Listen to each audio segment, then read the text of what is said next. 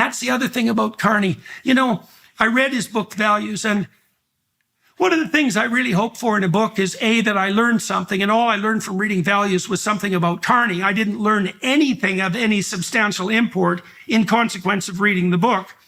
And I learned that he didn't have a single original idea. There wasn't a single original idea in that entire book.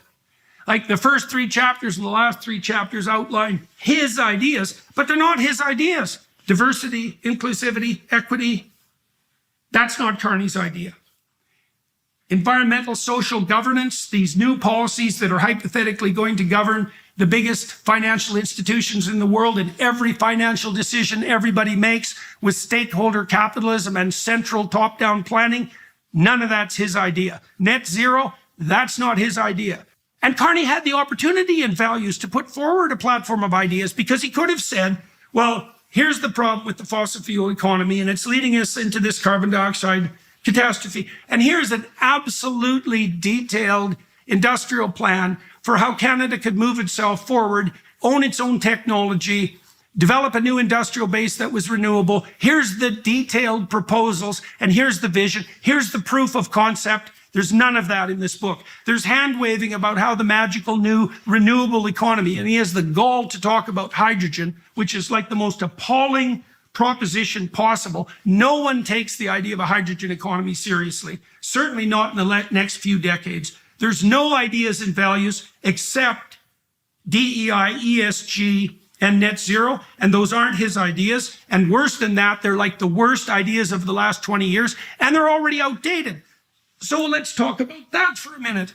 So it was true that Carney took a leadership role as the UN climate envoy, and it was true that he organized like 400 of the world's biggest financial institutions to pursue what's essentially a net zero agenda. And that happened, let's say, roughly 5 years ago. Okay, so let's ask ourselves, what's happened in the interim? And the answer is, despite his success in doing so, all the big players have bailed out. BlackRock, Vanguard, all of these big players have decided that pursuing the net zero agenda, DEI and ESG, that's not going to fly.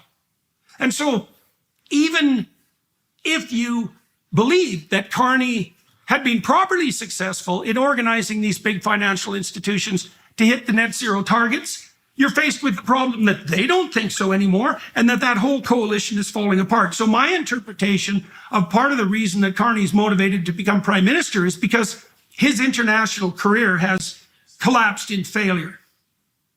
And so now where is he? Well, you might as well go to Canada. It's kind of a ratty little backwoods country anyways, and you don't really want to bother with niceties like actually having a seat and meeting Canadians and being elected. You can just hop in because you have this stellar resume and you're the Bank of England former governor, and you can tell people what's what. And you can tell Canadians that you're an outsider and that there's going to be some sort of economic revolution. And you can do that while lying about your actual goals, which are net zero, or failing to explain how you made such a cataclysmic mistake. And you're going to do that because you are a complete bloody failure on the international front. And that's embarrassing. And it's going to become stark, bloody obvious in the next 5 years.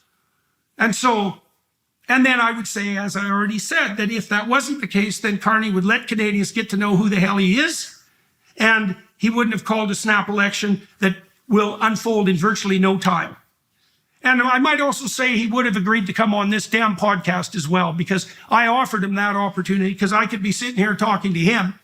And his staff was reasonably polite in their insistence that they couldn't find the time. But I'd also like to point out that I interviewed Poilievre relatively recently, and that was by any standard of evaluation, the most successful political interaction in terms of distribution and impact of any Canadian political move in the last 100 years.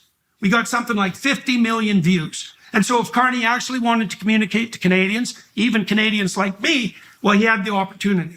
You know, and I might say, well, if I was Carney, I wouldn't have come on my show. And that might be true because I'm not a fan. And I would have done my best to be like a reasonable interviewer. And I'm kind of an agreeable guy, so I probably would have been. And I can see why he didn't want to do it, but he didn't do it. And so you can make of that what you will. And then you can also read between the lines if you're willing. You watch how he responds to press inquiries and who he talks to.